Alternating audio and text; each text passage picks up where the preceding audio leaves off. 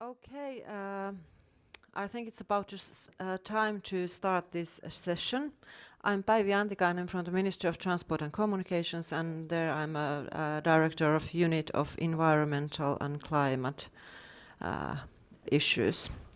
So I would like to welcome you to this session, Decarbonisation and Digitalisation, the two sides of the same coin. Here we will discuss the possibilities, but also the policy needs of digitalization in reducing emissions in the transport sector. The transport sector plays a major role in mitigating climate change. The transition to a climate-neutral society is a major challenge, but it also creates new opportunities for Europe to boost its competitiveness. Digitalization offers remarkable opportunities to decarbonisation and for the transport sector itself.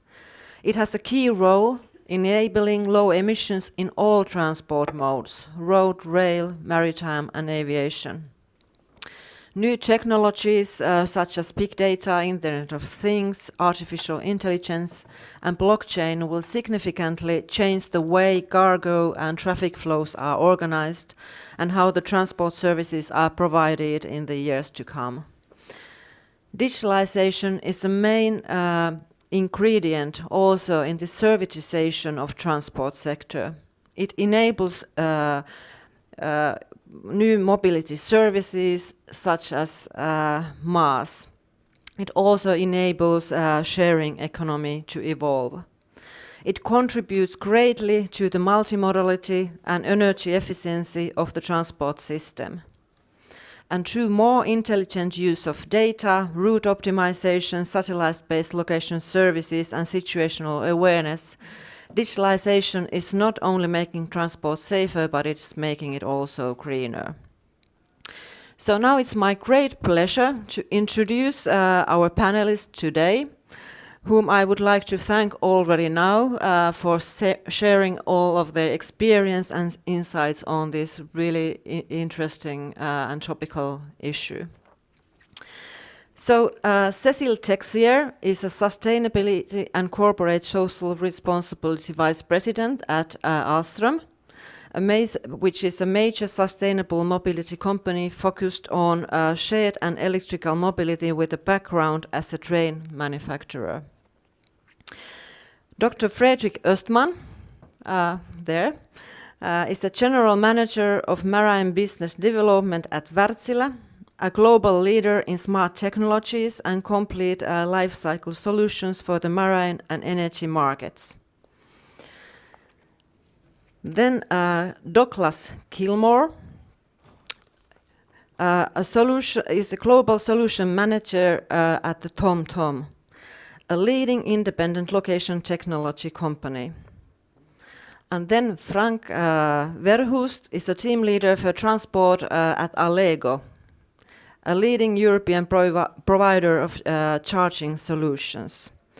And then we have here also T10 Corridor Coordinator Catherine Throttman, who many of us know also as an influencer from the European Parliament in the questions of digital economy. So my first question to all of the panelists is quite simple but really profound. From your perspective of your company and from the perspective of the transport mode that you are representing here, how important is digitalization for the decarbonisation? And in relation to this, what possibilities and impact do you see in the short and medium and long term? So please let us start with Cécile Texier, and then we can go along the row, so to say. Thank you. Hello. Yes. I'm happy to be here with you and discuss decarbonisation of transport, obviously. First, I would like to stress that CO2 emission in transport in Europe represent about 1 billion tons per year. So it's very significant. Transport today is the only sector where emissions are higher than they used to be in the 90s. And if we want to achieve carbon neutrality by 2050 for Europe, we definitely need to address decarbonisation of transport. Decarbonisation and digitalisation are fully part of Alstom's new strategy that has been issued last June. We have set the ambition to be a global leader in smart and green mobility. For that, we have defined our commitments on energy efficiency of our solution, and we have decided to reduce the energy consumption of our portfolio of solutions by 25% between 2014 and 2025. Today, we have delivered about 17%, and digital tools are fully part of that. Digitalisation can bring decarbonisation mainly by ensuring optimization of assets use, vehicles, or infrastructure. Some digital solutions can be available today in the short term. They can be implemented. First, to increase the capacity of transport and to allow more modal shift to rail without major infrastructure developments. I'm thinking here of the latest signaling solutions like CBTC for metro that we are currently implementing in Amsterdam, for example, or ERTMS signaling for main lines. And we've just won a project to equip Paris-Lyon high-speed line with the latest version of signaling system. And this will allow to increase capacity from 13 to 16 trains per hour. So that means more capacity of public transport. Digital tools can also support to optimize the operation and to implement energy efficiency at the vehicle or at the system level. We know that when trains are operated manually, there could be huge variation in terms of energy consumption between drivers. But we can implement digital tools like eco-driving, driver assistance system, or even fully automatic operation. In metro, by optimizing the braking and acceleration cycles with CBTC system, we can deliver about 20% energy saving. At system level, it's more complex to implement optimization, but we're looking at favoring braking energy recovery and optimizing energy flows between trains. To do that, we are developing our capabilities in terms of simulations and predictions. We are creating digital twins of assets and networks, and this way we can test different configuration in terms of upgrades, infrastructure, different timetables, for example. In the mid and long term, I would expect mass to have a significant impact, because mass will provide end-to-end efficient solution for passengers, connecting soft modes with shared mobility, with on-demand transport, with public transport, like here in Helsinki. Yesterday, when I arrived at the airport, I downloaded the WIM application, and I was able to connect to my hotel just using public transport. 2 years ago, I would have probably taken a taxi because it's just easier and I don't have to bother. So I think this is really where we can bring decarbonisation in the system in the future. So this type of tools, I think ITF has made a prediction or simulation, and shared mobility powered by mass could deliver about 30% of CO2 reduction if it's properly supported by public policies. Obviously, to fully harvest the benefits of mass, we will need also to optimize the management of multimodal flows of transport. Maybe I will cover that at a later stage. So I would say there are some solutions today, and what will bring benefits in the long run will be the system optimization at the rail level or global transport system. And for this, we need to focus our efforts today and to continue to develop new tools to sustain CO2 reduction over the long term. Yes. Thank you. Next speaker, please.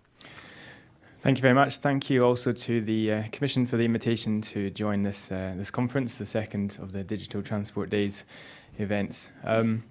So to start, I guess I'd like to try and answer the overarching question here, which is digitalisation and decarbonisation, are they the two sides of the same coin? And I would argue actually no, that one is required for the other, but they're not mutually required. So digitalisation is a very important step along the road to decarbonisation. Technology ultimately enables decarbonisation, but the opposite is not true.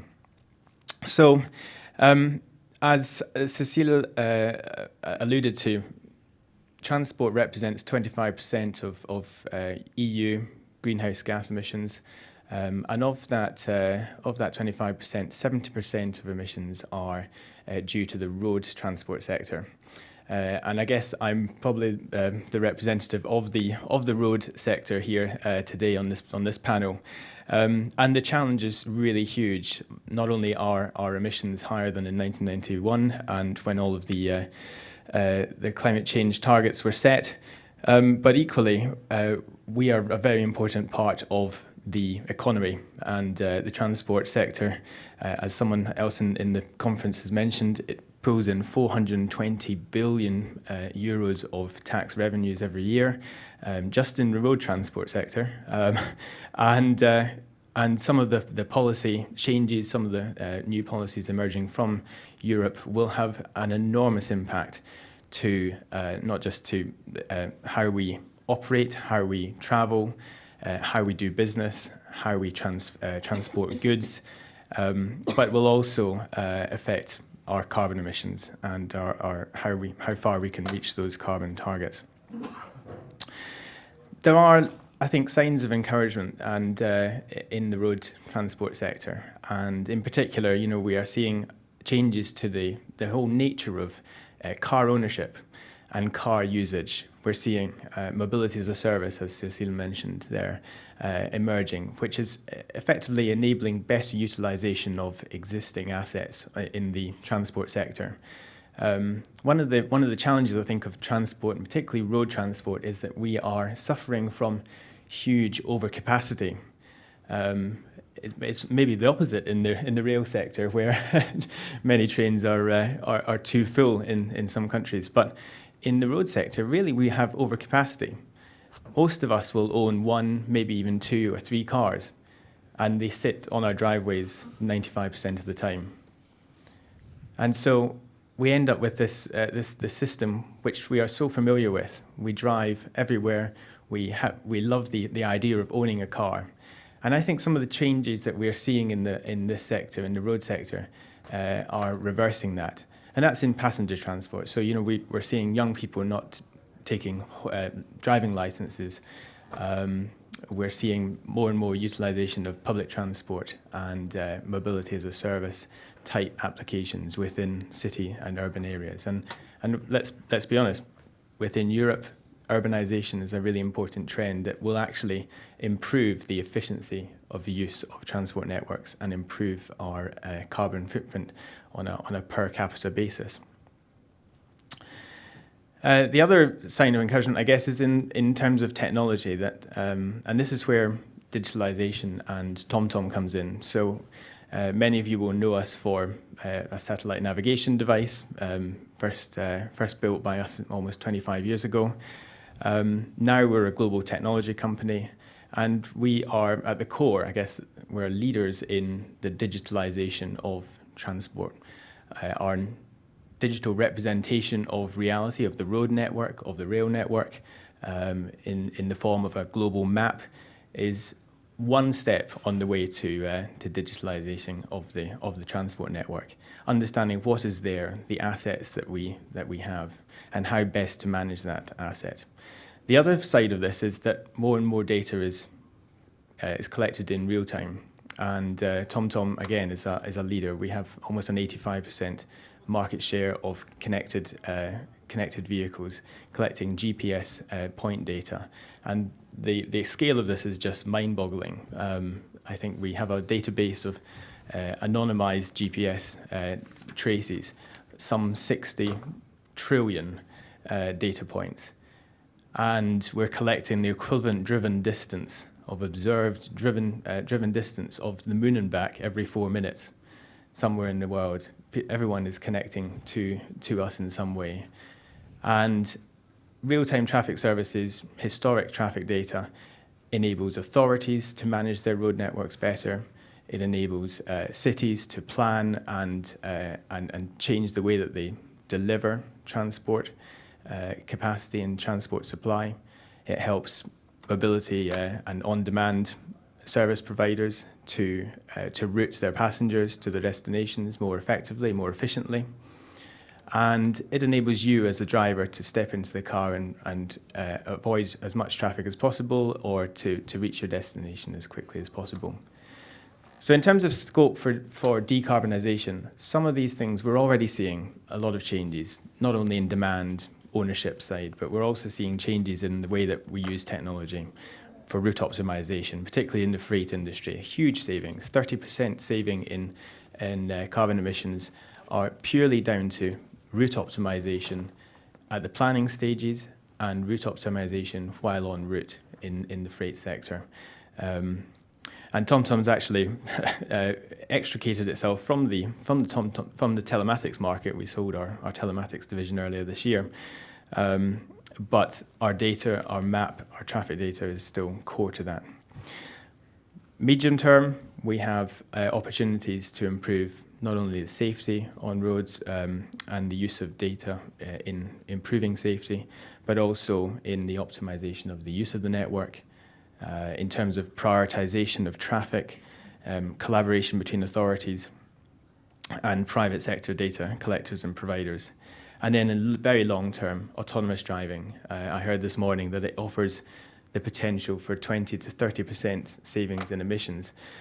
And I have to say, just to finish, I'm skeptical about that for various reasons personally, that autonomous driving is somehow going to lead to a reduction in the level of driving and the level of emissions, unless we can really improve the uptake of electric vehicle technology and improve battery technology.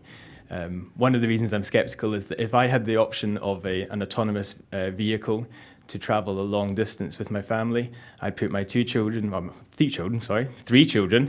that's worse than David Cameron. I'd put my 3 children in one vehicle and my wife and myself would travel in another. So there'd be 2 vehicles traveling on the same route. It's not going to save any emissions necessarily, and it's not going to save trips. So I think there are lots of short-term, medium-term and long-term opportunities to decarbonise in the road sector. And I guess we'll come to some of the policy requirements, some of the potential changes in the next questions. Yes.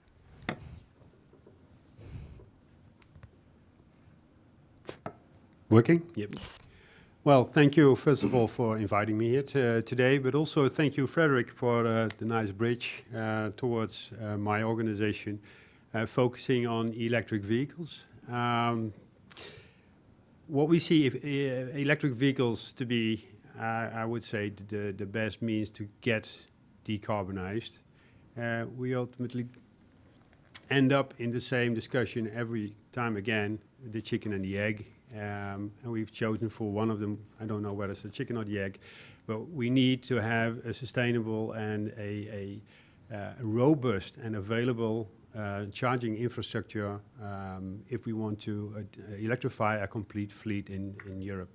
You will not convince any EV or driver to step up to EV if he's not able to charge. That's from the decarbonization point of view. How does digitalisation kick in? Well, we can't do without, because we need a pan-European network, and we need to remotely be able to, up to now, to control our 14,000 charge points in Europe. And we're revving up to 20 countries next year. So that's from our perspective. But if you look from the transport sector perspective, they have an operational concern. Because their business is not driving electric vehicles. Their business is transporting goods and people from A to B. And doing that within the operational boundaries and budget. So if we want them to decarbonize and switch over to battery electric vehicles, we also need to facilitate them. And most of all, they need information. Where is my vehicle? What's this battery doing? What's the state of charge? Can you make it to the next charging station? And in the event of a disruption, we need to be able to act. We need to know what's happening. We need data to analyze, to fast intervene, to make sure that regardless what kind of vehicle, could be a bus or a truck, but suppose it's a bus full of people in a heavy traffic situation, we need to act and react. Digitalization is becoming more and more important for the both of us. For the future, we're kind of prepared already for two-way communication towards the vehicle, although the vehicles themselves are not that far. We're ready for smart charging for the future. We're kind of facilitating this future on the short and midterm. Our focus is approximately 10 to 15 years, as we have to do a significant part of investment on this infrastructure. And beyond that, we can't see, because autonomous vehicles, yes, will make a difference, but will also make a significant difference in the way of charging, because we don't have the driver that is approximately 50% of the TCO. So that will be a total different ball game. It's very difficult to estimate now what the outcome will be at that point. Thank you. And then please, Fredrik Östman. Thank you very much for having me here today. So for the shipping industry, I think that the digitalization is one of the most exciting things that has happened actually during the last decades. Because it really gives us an opportunity to orchestrate the whole logistic chain. And from a shipping point of view, I see two major topics that we are going to address. First of all, how we consume and produce energy on board the vessel. So when and how do we route the vessel, how do we adapt to changing conditions and so on. The second topic is really about how we seamlessly link in together with the different the rest of the transportation modes. So what we are currently doing to address this topic is, just as an example, we have a product that we call auto docking. So this is it's kind of an autonomous feature for smaller ferries that helps the captain to move from A to B and back to A as quickly as possible with as little energy as possible. So it's not really to eliminate the crew or anything, it's more about maneuvering the ship as efficiently as possible. Another product that we have currently is something that we call just-in-time arrival. So traditionally in the shipping industry, we see that you steam full ahead with your ship. Then you arrive to the port just to wait hours, days for your slot at the port. And the problem is that while waiting, you need to produce electricity, consuming fuel, but also when you're steaming full speed to the port, you are burning a lot of additional fuels. So by just ensuring that you actually know when you have your slot at the port and you arrive just in time for that slot, we can actually save a lot of fuel, even 10% of fuel we have seen in average. So absolutely, digitalization, it's a great opportunity for the shipping market. But it's not enough. I know it's not the topic of today, really, but decarbonisation, we need to have green fuels. That is the only way to go forward. So a bit also to the point that Douglas made. Digitalization will absolutely help us, but it's not enough to decarbonize the shipping industry. If we'll take a look at the digitalization specifically, we believe that a 20 to 30% reduction in fuel consumption and in greenhouse gas emissions should be possible. Most of it should be possible also to realize within 2030. There will be some future potential, I'm sure. Fully autonomous vessels and the design changes that implies. But it's too far into the future, we see, to actually make a change at this moment. So it's not really, it's not fruitful to have that discussion at the moment. So 20 to 30% with digitalization, add then 10 to 20% reduction in greenhouse gases with LNG. and in addition to that, top on blend in biofuels and synthetic fuels, synthetic methane or ammonia or whatever, but green. Then all of a sudden we are up to close to 100% with the existing infrastructure today. So digitalization is important, but it's not all. Thanks. Thank you, panelists. So I can easily conclude that everybody sees a role for the transport sector in order to reduce CO2 emissions, as it's part of all the CO2 emissions is 25% at the European level. So that's a huge amount of carbon that needs to be get out somehow from the atmosphere.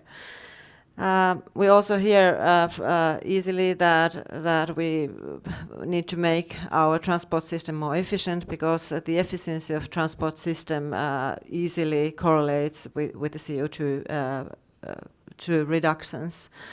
I hear also that many of you speak about data, how important data is for the creation of new services which are more user-friendly and more sustainable. A good example of that is mobility as a service concept, which enables that you don't need to have your own car, for example. But there was really so many interesting insights, so I think that we need to continue and to go a little bit further. We also heard, by the way, that the digitalization is not enough, that we need, of course, also other measures than that. But if we go a little bit further, now we have heard about your expectations and your analysis on the role of the digitalization. But how do we then meet them in practice? Do we have enough major technologies? What about financing? Do we have required skills? And is the policy framework right in place? So please, if you could elaborate on this a little bit. So if we start from the reverse order, so please, Fredrik, if you could start. Sure. So if we think about the technology, I would say that we actually have it in place. We have mature technologies all ready to use today to achieve a decarbonisation of the shipping industry. The problem is the deployment rate, or actually the cost of deploying this technology. So it doesn't make business sense to use that technology today because it's too expensive.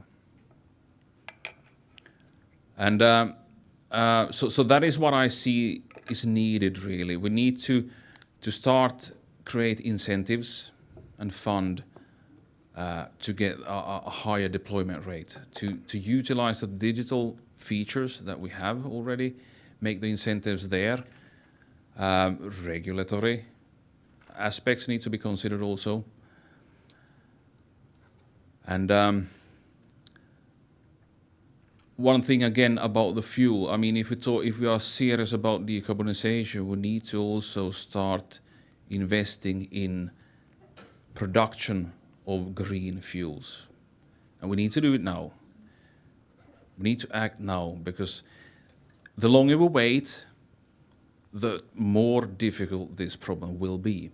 The more radical solutions we need to deploy in the end. So if we start to do something now, the problem will be actually smaller. It will be easier. It will be easier for the industry as a whole. So yeah, that was my input. Thank you. And then we go on. Yes. Yeah, I also think that technology is not the biggest burden, although if we look at transport, the light duty sector can already make use of the technology that we have today, also for cars, and also for the infrastructure that's available throughout Europe. If we look at the heavy duty sector, their time is money, and you will need a lot of energy for heavy duty trucks or coaches to cross Europe. So that won't do. So we need new technology for heavy duty. The discussions in Sharin are already ongoing towards more than 1 megawatt charging with plug. Well, that's going to be a challenge. If we see that now we have cool cables already providing 350 kilowatts, this is really going to be a challenge. But I think the industry will overcome that. The biggest problem I see for us is it's not also the investment. Of course, it's a huge investment. But what is our no regret strategy? Are we aiming for the next phase where we have retrofit vehicles, even from the OEMs, still able to charge with 350 kilowatts that we have today? Or are we aiming for the long-term megawatt chargers? And what kind of implications would that have for the grid? Because the transport companies need a robust, seamless, available system. So that means that they kind of expect that the charger is available for them when they arrive. They will not wait for 30 minutes because their driver is doing nothing. So yes, it has to go fast, and that means that we need enough capacity at each location, but that would also have a significant impact on the grid, and the grid will not be able to support that. I can tell you that throughout Europe on all the highways. So we also need to think on new technologies, storage, hydrogen stationary could be a very good option for that.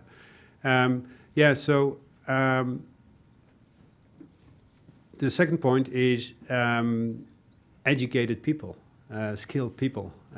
We need to serve them, we need to act. If we have disruptions on the system, we need people in place within 1 hour. So we need to rely on a service network of service partners. And the third one is we need locations. We need locations to invest for our charging infrastructure. And our investors want a total system from Finland to Portugal. So it's very difficult now to talk to cities about locations around their city crossing the highway because they don't have a vision on 15 years, and that's what we require. We don't ask for money, we ask for a 15 years period that we can earn back our investment. And that's really something that we look up to and see as very critical today. Thank you, Frank. And then Douglas, please. Thank you. Yeah, it's really interesting. I'm going to follow directly on from what you were saying around the, I guess, pan-European vision for electric vehicle charging infrastructure. The key things to underpinning the uptake of electric vehicles is not only infrastructure, and I believe there's not enough investment in infrastructure networks across Europe, although we are leaders in the world in that respect. The largest potential, however, is not to reduce global carbon emissions from road transport. Is not really in Europe. Unfortunately, it's in India, it's in China, in some of the largest emerging economies where they have the potential to leapfrog from effectively no road transport or limited road transport and conventionally fueled vehicles straight to electric vehicles. So it may be that Europe can be a leader in innovation and in the export of this technology and this kit. I think there is, however, scope for improving the uptake of EVs, not just as a result of infrastructure investment. I think another key part is addressing range anxiety. Many of us, range anxiety and utilisation of electric vehicles. So on the range anxiety side, TomTom's actually also working in this area. We have recently released what's called the Electric Vehicle Suite, used by OEMs as well as available to enterprises to plan routes using an electric vehicle, taking into account the location of charge stations, the type of charge plugs that are available, and also taking into account features like live traffic congestion, delays, hilliness of the road network as well. Interestingly, gradient is a huge factor in the ability to reach a destination with an electric vehicle. So I think all of these things together can really improve the uptake of EVs in Europe. and reduce the emissions from vehicles. However, all of that sits in the context again of how we travel and this obsession with ownership. And I think one thing that we're lacking at an EU level is the policy frameworks, and particularly at a national level, the incentives to use travel modes, but not necessarily own those assets and own that capacity. And by capacity, I mean owning a car, which spends most of its time not being used. In fact, one of the largest sources of carbon emissions is the production of vehicles. And while it's a huge sector for Europe, very important sector for Europe, how can we extend the use of vehicles and extend the life of vehicles? How can we retrofit them to make them more efficient and less polluting? Just moving to in terms of other needs at a European level, and particularly in a policy level, I think we really need more cooperation, coordination, collaboration amongst authorities within the EU space to improve the data that goes into services like our live traffic data services. So EU has mandated the development of national access points for data around roadworks, closures, around the events at a local level. But these the national access points also cover safety critical data services. So this is the sharing of data about accidents or sharing of data from eCall in vehicle. But one of the problems is that the national access point, as the name suggests, means that we have a whole range of fragmented national points and not an EU-wide national access point with EU-wide structured data. So that's a challenge that we have to deal with in the digital world, in the sense of collecting and then disseminating data to drivers. But it's something that I think would need some attention from a digitalisation policy perspective. Thank you. And then Cecil. Regarding the solutions that are available in the short term, and so for which we do have the technologies, the main question is financing for new projects, obviously, and sometimes the return on investment purely based on energy saving is not there, or not in a timing that is less than 10 years, for example. So some retrofits that could be done are not done for this reason. Talking about new tools and optimization at system levels that I was mentioning, the tools currently are being developed. So for that, we will also need financing to support the development, to organize pilots, to implement large-scale deployment. Under the Shift to Rail program, which is a European dedicated to rail research initiative, the industry has managed to improve significantly signaling solution. We think that we should continue these partnerships and develop new ones. We are currently defining our research priorities for the future, but I think I can mention automation for public transport in growing cities, on-demand offer for low-density areas, improving interfaces between rail and other modes of transport in a customer-centric, smart multimodal system. For this, we have already developed some tools, like our multimodal platform, which is called Mastria. This platform is designed to support cities and authorities to optimize management across different transport modes and to secure, to align offer to demand real time. This platform is currently tested in Tuscany and other places in the world. Obviously, for this kind of tools, accessibility of real-time data is key. This was very well mentioned this morning in another session on artificial intelligence and IoT. So some data is critical for security reasons and cannot be shared. Some are commercially sensitive. Some can be accessed under certain conditions, and this is where we need to really align across private and public authorities. So this will be to be defined in the future. Regarding skills and workforce, this is also a key point. really need qualified workforce to develop these new digital tools. It's true, the rail industry may be perceived as a bit old-fashioned, and so for us, it's not so easy to attract talents in this field. There's also a lot of competition to hire talents in digital aspects. So that's why we are actually launching a recruitment campaign across the rail industry with the support of UNIFE, which is the Rail Industry Association.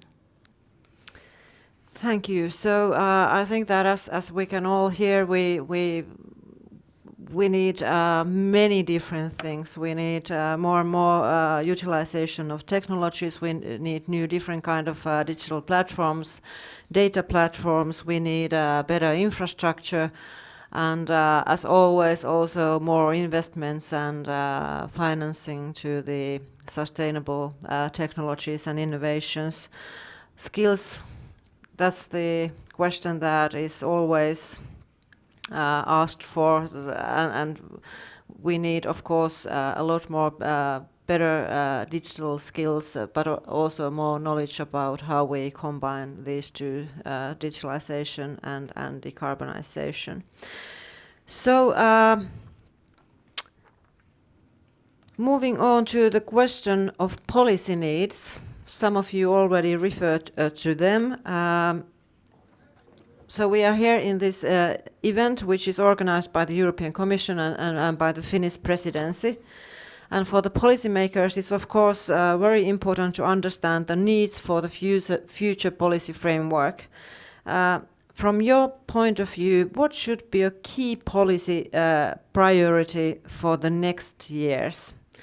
And what we need to achieve at the European level. Now is your chance to advise policy decision makers that what should be done. And please be concise within your 2 minutes. And we start from Cecile this time. Well, I think in the past we've seen that despite improvement in energy efficiency, we've seen increase in carbon emissions because of increasing demand. And I think a key aspect is that we secure, for digitalization to bring decarbonisation, we secure that public transport remained at the backbone of the global transport system. Indeed, public transport is the only transport that can deliver high capacity with low carbon footprint. And for that, I think we will need to regulate vehicles' use. So to implement city tolls, restricted access for private vehicles, even in autonomous one. And I think in the future we will also secure to implement single mobility authority because this will allow to optimize multimodal flow of transport. And this single mobility authority will also be able to operate transport infrastructure that will be communicating with the different connected vehicles. Yes, thank you. So I mentioned quite a few in my previous response, so I'll keep this as quick, as short and brief as possible. But I think consistent, coherent data from authorities is one area where policy can be improved. Another area would be in the investment in the incentivization for car utilization rather than car ownership. And that may involve on-demand or mobility as a service type applications to better utilize that overcapacity we spoke about earlier. Investment in battery technology, I think, is really critical. And finally, investment in 5G service regulation. So I heard this morning in the 5G and autonomous driving session, 5G offers huge benefits in terms of connectivity, in terms of efficiency of the of our of our lives, not just in our lives traveling. But a network is a network, whether it's 5G or whether it's the road network, whether it's the rail network. A network is a network, and it's all about how we optimize flows of cars, data, or trains. So I think investment in the 5G network and also in the regulation of that of those services to prioritize safety, to prioritize reduction in carbon emissions, to prioritize efficiency and efficient use of assets is really important.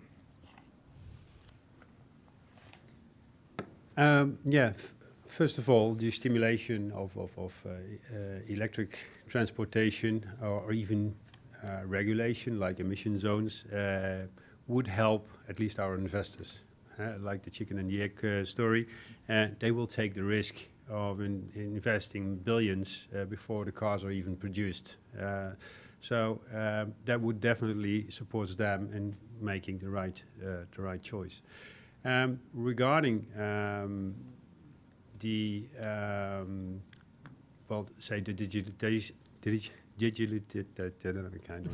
Digitalisation is quite a difficult one. Difficult, yeah.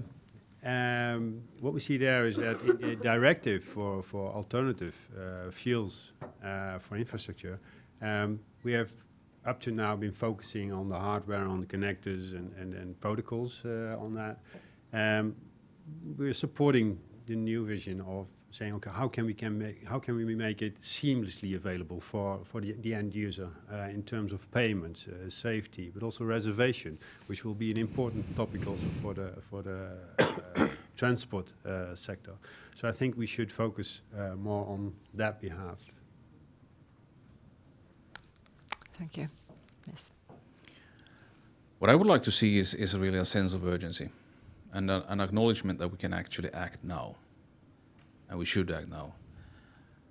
And based on this realization, I would like to see policies that really pushes the shipping industry, and that goes, of course, for the whole transportation area, into a greener position. Because we can do it already a lot. We can do a lot already. But what we need to also do is to put into place incentives, funding schemes, and regulations also. I mean, we need to regulate emissions. I don't believe that we are going to do anything unless we have regulations on emissions. We need to put this into place and fast. And as we have heard today, there are a lot of things that we need to do. But of course, from the shipping industry, again, I would like to stress the need for green fuels. We need to invest in renewable energy sources and use that energy to produce green fuels. If we don't do that, we will actually stop the whole shipping industry. And if the ship doesn't sail, we don't have anything else to transport either on the road. So, okay, that is problem solved, I guess. So that's one way. Thank you. So as we can hear, we still require a lot of policy actions from the. As I come from the ministry, it's always nice to hear that someone wants regulation. But I'm very pleased also to hear these comments about user-centric services, and that we actually need to keep the user in our mind also when we are creating services and sustainable services for citizens. Yes, I also feel that we have some kind of urgency. As we know, transport plays this role, and I hope that it plays it well. But now let's move on. I want also already at this point thank our panelists for coming here and sharing their very valuable insight on this issue. But as you all are here today, I want to open the floor to questions and for the discussion. So please feel free to ask questions or comment anything you have heard today. So please, is there any comments, questions? Yes, please. There's a microphone.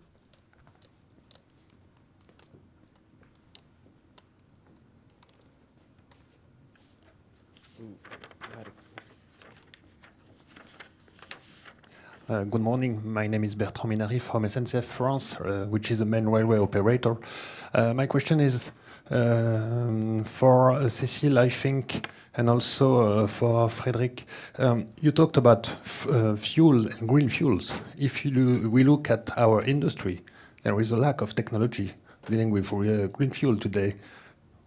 We do not have no more batteries. We should have hydrogen in the future. Gas is not valid. What's your proposal dealing with this high motorization power we need?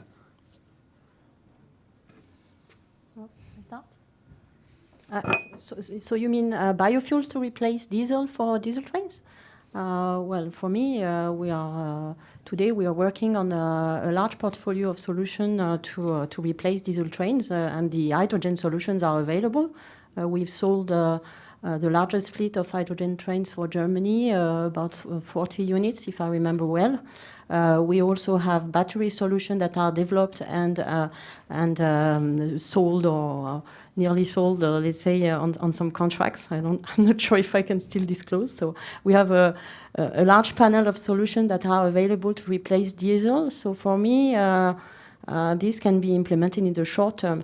I wouldn't go for gas. It's something we looked at, and I can tell because I was leading the analysis for the company. So we don't believe it's necessary to go for gas because gas is more an intermediate solution, let's say. It's not providing decarbonisation fully. It's only a step that will improve CO2 emission, but not full decarbonisation. So we don't recommend to make new developments to design gas trains because we will need to stop use of fossil fuels anyway in the end. So we need to go directly to a solution that will be sustainable. And so for me, it's battery and hydrogen trains we can be provided in a quite short term. So from our side, we definitely believe in gas. Because that is actually the only fuel that we can use today to reduce the greenhouse gas emissions. There is no other fuel available. We can talk about hydrogen, we can talk about ammonia, we can talk about methanol, but keep in mind we need to talk about green fuels then. But those are not available. We don't have available green fuels today. So the only option is gas, LNG. And we see it actually as a three-step rocket in a way. So you start with LNG, combustion engine. That is a great platform to start with today. And then towards the future, we're able to blend in biogas, and then we need to see synthetic methane. So we cook up water and we get hydrogen, and the hydrogen we use to actually make methane. That is kind of our ideal path towards the future. But definitely we will see a huge palette of different fuels in the future. Absolutely, we will see ammonia, we will see methanol. But I wouldn't rule out actually an LNG. And perhaps also to your point, I think that today already we are able to use hydrogen in our combustion engines. We actually 25% hydrogen we can blend in with LNG. So that is actually 25% lower greenhouse gases. We can use ammonia, we can use methanol. So, I mean, the technology is there. It's only that the fuel isn't there. And perhaps also when it comes to hydrogen, it's a challenge with the transportation, and for ships, it's also transportation with storage. How to handle it, minus 200 something degrees, and you need the volume that you need is 4 times larger than for diesel. So, yeah. So just a quick comment, because we have this divergence point. It might be because the level of development in rail and shipping is different in terms of motors. What I want to say is on hydrogen, it's true that today green hydrogen is not largely provided on the market. It's about 98% of hydrogen that is coming from fossil fuels. But switching to hydrogen will already provide some decarbonisation because the emission factor is better than diesel. So we can achieve minus 25% through conversion to hydrogen. And then we have a solution that can be supplied by green hydrogen in the future. And we bet that hydrogen will be green in the future because we see lots of developments from energy suppliers. We have to. So, any more questions? Yes, please, over there.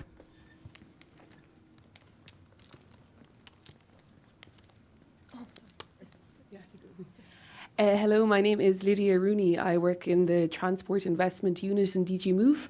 There was a lot of talk about the need for investments, and I wanted to hear your views on, as we move towards the next Connecting Europe facility, the next InvestEU programme, if we have a limited budget, which we will have, where should we be focusing the investments in digitalisation to ensure that we are also decarbonising at the same time, given our requirements to have high climate expenditure?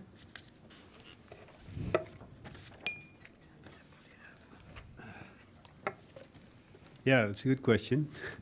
Well, it's actually not so that the investments fully have to be covered by. It's more the trust level that the investors require. So a clear policy and an act would help more on that. The other point, what I already mentioned, is that it's very difficult to roll out an international, pan-European network if we have to sit with every city together. And some of them think they need to tender, and others don't, but don't have a 15-year plan in place.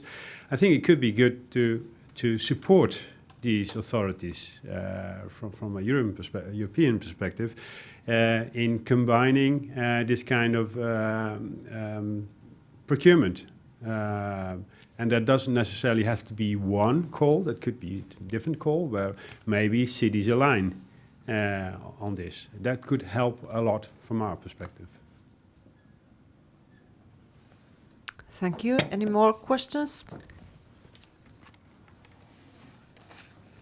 Can I pick up on that last question? Yes. From a road perspective? I think that there's been some discussion around the creation of not only national access platforms in terms of digitalisation, focusing particularly on the digital part of your question. National access points, potentially an EU national access point for consistent, coherent data, but perhaps one step beyond that would be some form of mobility data platform where vehicles are able to, we're able to exchange vehicle data with from OEMs or from third-party data aggregators and providers like us, or sharing data from authorities to us. And we talked a little about that data exchange already.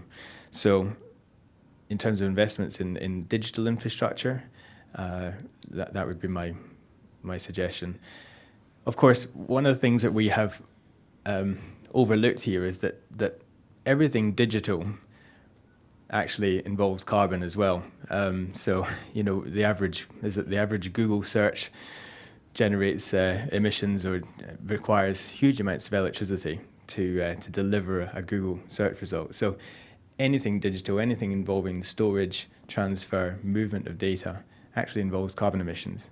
So simply by moving towards a more digitized world, a world of 5G, autonomous vehicles, where huge amounts of data are transferred and used and processed and used to deliver safer driving or safer shipping or whatever it may be, more efficient shipping, all of that is involving carbon emissions, and we can't get away from that fact. So we've spoken about, you know, how each of our sectors could respond to the challenge of decarbonisation, and I think the investment is not so much in the digital area so much as in the infrastructure and in the technology to enable those technologies and enable mobility in the future. Yes, that's true. Digitalization really has this twin role that it causes CO2 emissions at some extent, but it also has a major role in providing solutions in all sectors of society that are then, on the other hand, reducing CO2 emissions. I would like to ask you one question in respect of what are the restrictions or what hampers the utilization of digitalization? If you should choose one thing that is hampering the utilization, what would you mention if we go around the panel? But you can please, Fredrik, you can start. What I see is a reluctance to deploy digital features because it's typically it's not possible to really guarantee any savings or anything, because it depends. It really, if you offer an optimal routing feature for a captain, well, the saving potential, if it's a really bad captain, you have a really great saving potential, but if it's a really good captain, it's almost zero or even zero. So there is a huge reluctance to really go and invest in something that you don't really know what the return on investment is. So I don't know, but it might be that we need to have some more incentives here, again, about deploying the things that we already have. Yeah, that was my input. Yeah. Thank you. I want to connect to the reluctance part, like I already said. Bring it from local to European. Change the approach here and make sure that we get aligned and that we get one solution for Europe, not local solutions, because that's not helping transportation. Yes, please, Douglas. You can continue. I think that there is an opportunity to build a business case for future digitalisation towards specific decarbonisation, and one of the blockers at the moment is that we really don't fully understand the human responses, some of the feedback loops within the transport sector, and we haven't made that case very clearly for, for example, what percentage improvement in emissions can we achieve with route optimization and better utilization of the existing fleet of vehicles. Effectively, we have a huge carbon reservoir out there in the form of already made cars sitting on the road and used on the road. And we as transport authorities and as and even at an EU level, looking at the entire industry, we don't fully understand how that, and we don't have the tools yet to leverage to improve utilization, reduce emissions, and potentially reduce costs. So we need to really buckle down to understand what those costs are and build the business case for investment in incentivization, utilization. Thank you. I think for the development of multimodal tools to optimize the different flows of transport in a global transport system, I think what is missing is the accessibility of real-time data, the static and dynamic data. So we need to improve this accessibility of standardized data, also in standardized format that can be shared amongst actors. And the other thing is the multiplicity of actors. There are so many authorities and operators involved that building up systems that are coordinating the different transport modes to be able to achieve overall optimization is difficult. That's why we need this single mobility authority I was mentioning. Yes, does this raise any questions in the audience? I think I have one question which is troubling me the most, and it's so difficult to predict the future. But how much value or hopes you put to the technological development?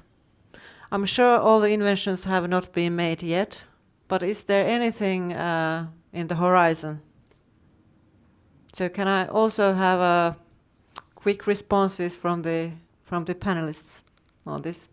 Who dares to start? Okay, Fredrik. There will be no silver bullets, unfortunately. Yes, in the far future, absolutely. But I think that we need to acknowledge what I say is a fact, at least I claim it's a fact, that we need to deal with the decarbonisation with the tools that we have today, due to the urgency that we have. We cannot wait 30 years, 40 years, 50 years to get a really anti-gravity or fuel cell hydrogen. Okay, not to stample down on that, but we need to deal with the things that we have now, I think. because there is nothing in the near horizon that will save us. Yeah, I think also that looking from a transport perspective, it's the business case that rules, and it will always be that. As long as that doesn't fit, and the transporters are not forced to go over to a different mode, then they won't. Simply won't. Maybe a few.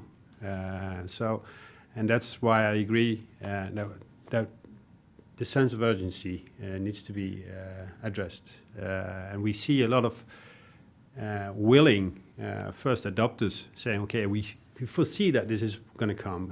We foresee that we will not be able to enter cities anymore as from 2025 for some regions. So I have to change my model anyway, but not the mass market. They will wait, and they will stretch it as long as they can until they are at the point where they have to renew their fleet, and then they start thinking. And we have to speed that up. So it's in, I would say, the regulation hands to force that. Yes. Yeah, I'd fully agree with that. I mean, we need to be bold and we need to act now. I don't mean to support Greta Thunberg directly in saying that we have existing technologies that we can utilize, and in some ways the business case is not there. Otherwise, we would be doing more of this, using it more. So we need to have overarching policies, which, yes, acknowledge where we are now in terms of our existing fleets in different sectors, but also set very bold targets and objectives as to where we want to be in 10 years, 20 years' time, and then how we're going to use new and emerging technologies to do so.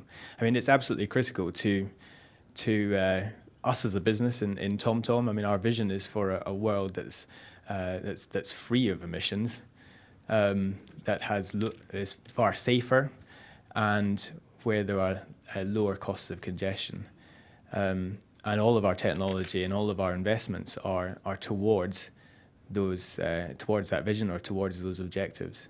And I think the market will respond, just as TomTom is. I think the market will respond to the challenge, but only if the challenge is there. And at a European level, and certainly beyond the boundaries of Europe, the objectives are not there, and they're not sufficiently backed up with regulations or policy drivers. Thank you. Well, dealing with these figures every day, I would say I'm not fully optimistic. I think we're going to need every single opportunity to reduce carbon emission, because we will not afford to discard any options. We really need to take any opportunities to reduce carbon emission, and I think the time will come quite shortly when we will need to continue very strongly to develop new technologies and new projects to reduce emission, but also to start thinking at how we will adapt to a world where the temperature has increased by 3 or 5 degrees, honestly. And actually, I would place as many hopes in technology as I would place in the new generations. And my bet today is that maybe the change will come from the new generation. You were mentioning Greta Thunberg. We'll see moves. We'll see more people now deciding maybe to take the train rather than to take a flight. We see some interesting societal moves, and I think that's also a hope for the future. Thank you. So I think we are at our last part of this session. So I would like to invite TEN-T Corridor Coordinator Catherine Trotman to summarize now this whole discussion, and also to share some of her own views. So please, Catherine. Thank you very much. Thank you to you, and thank you for the panelists for this very interesting and vivid discussion. I think that all the panelists gave some issues for the next CEF policy in priorities, and then also in the necessity of more coherence between the European level, national level, and territorial level, as you said. Because, of course, looking on urgency and coming from a city which is under the threat of a procedure by the Commission because of air pollution, I can say that sometimes it's a bit complicated to have a different view on urgency. On a way, sanction, on the other way, lack of solutions. So the need for a clear orientation and clear policy is really, really important. My experience as coordinator was also to be disappointed because when we had one of new tool, which was the flagship initiative for the deployment of clean fuels, we didn't have proposals coming. And I saw two things, and it was said by the panelists. One is coordination between states, member states. If from Finland to Portugal there is no coordination for deployment of charging batteries, for example, we don't have any results. So the private sector needs to have this visibility of the capacities and also the context. So we said, okay, now we are in a deployment phase. We are not in a research phase. We need to know how we can do it more quickly. So the flagship initiative, we were confident and we thought it's a good initiative. It was not totally a good one because we couldn't use it even if we had money for it. So money is not sometimes the only tool to boost the speed. So I listened to what you have said, especially for the fifth question you mentioned, and I think some of them are really taken in consideration is the next period with the new Commission. The link between decarbonisation and digitalisation, we are sure that this will be one of the priority for projects financed by the next CEF. This is correctly imagined by the orientation of the new President of the Commission with the agenda for climate change. I think also that for this acceleration, we need perhaps to revisit our agenda, our calendar, because this is very important time to see what happens and to have a provision. So we have the 10T policy. In the 10T policy, we have a date. It is 2030. And 2030 is a very good date if we look on the different steps we can have until these 10 years. And we see also that we have some, limits between, like 2025, if we look on local regulation with zones with weak or feeble, emissions. So we see that we have some dates or schedules which are now present in local, national, and European policies. For me, as coordinator, 2030 is the one, because we have to finish the prior investments on the hard infrastructure, but we have also to finish what we can do in digitalisation and in new fuels. So this is the same agenda for all the priorities. So this can be something which is very important to see with the next period after 2021. The third remark I will make is about corridors, because as coordinator, we can have deployment on a large scale from Finland, Helsinki, to Antwerp, for example, two ports, which are the beginning point or the end point. It depends if you go west-east or east-west. But for me, the same, because the long distance is for companies, and the link between maritime and other modes is really very important to tackle with. And you said it. We look carefully on what happens on maritime massification for transport, not only because much more containers can be a problem in ports, but also for fuel, for type of ships, of shipping, and the degree of autonomy in shipping. It's not autonomy only in passenger or individual vehicles.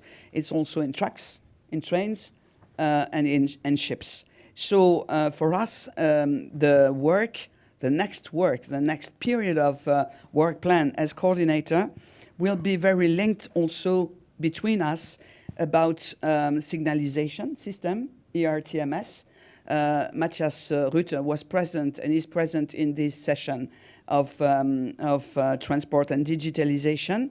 It's very important that we can look together also to the schedule for the deployment of ERTMS for trains, because trains are very important in our planning and in our investment. And of course, hydrogen trains is something we look on, and we hope that it will be feasible for regional trains especially, because we can have very quick results with this type of trains. So I insist on what you said.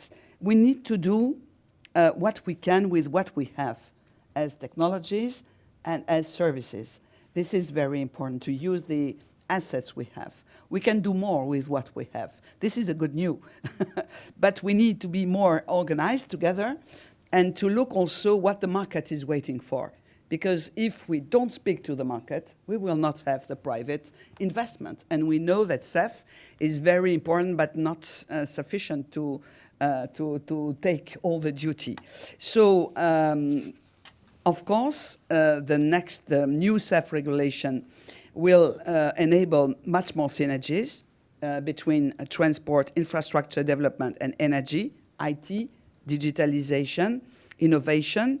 I think that this will be the occasion for all the partners to be involved in, and please use the corridor as a tool. We could look that corridors are also economical corridors. When we mobilize companies working in these corridors, we can listen to their messages. We can take also as example their initiatives. And working, and I see some persons from the Rail Baltica in the room. Of course, I must have just a second of publicity for a very beautiful project, the only one in the East. It is a new speed train, but it must be the most intelligent, the most smart, on the different acceptances for environment, but also for intelligence. And this is a big challenge, because this will be also a very beautiful project linking the 3 Baltic countries with Poland and Finland. And we wait a lot from this experience, which is difficult to realize and to build. I can say it as coordinator, because it's always difficult to work on a unique project which is cross-border. Because changing the mind is also a challenge, not only having skills. So I finish because I'm optimistic, even if we have the feeling of urgency. I'm optimistic because I think we share this feeling of urgency. And we share also the will to obtain results. So this is really now a good context. And I'm sure that the next step will be very useful.